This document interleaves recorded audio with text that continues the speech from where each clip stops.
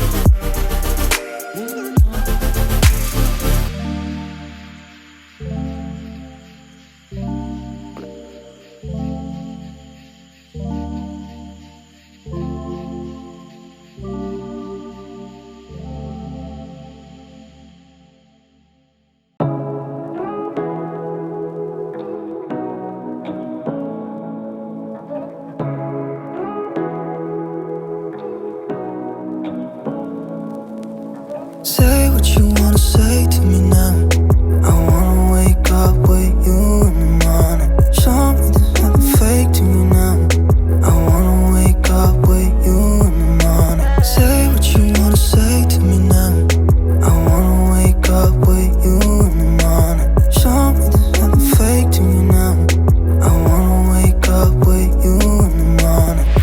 Turn this room, turn it to an ocean. Let me float around. Eyes closed, like we're dreaming even when we're not. You and me got a whole other meaning, I don't know how. You and me just know how it feels when we're falling in love. Say what you wanna say to me now. I wanna wake up with you in the morning. Show me there's nothing fake to me now. I wanna wake up with you in the morning. Say what you wanna say to me now.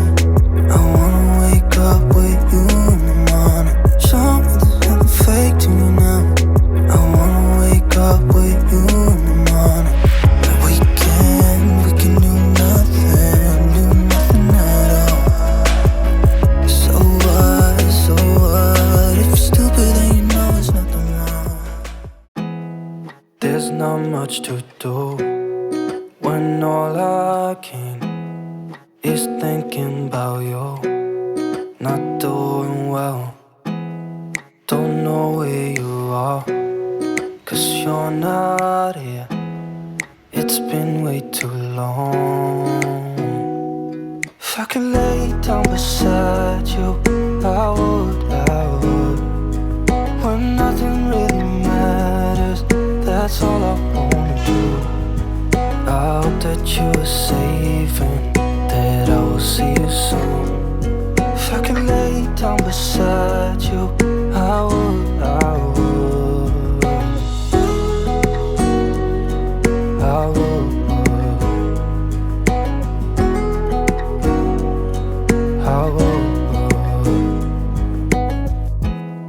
We talk on the phone every night. Love to hear your voice. Not sleeping well, and I know that you're right, but you should know it. been gone for way too long now. If I could lay down beside you, I would. When nothing really matters, that's all I wanna do. I hope that you are safe and that I will see you soon. If I could lay down beside you, I would.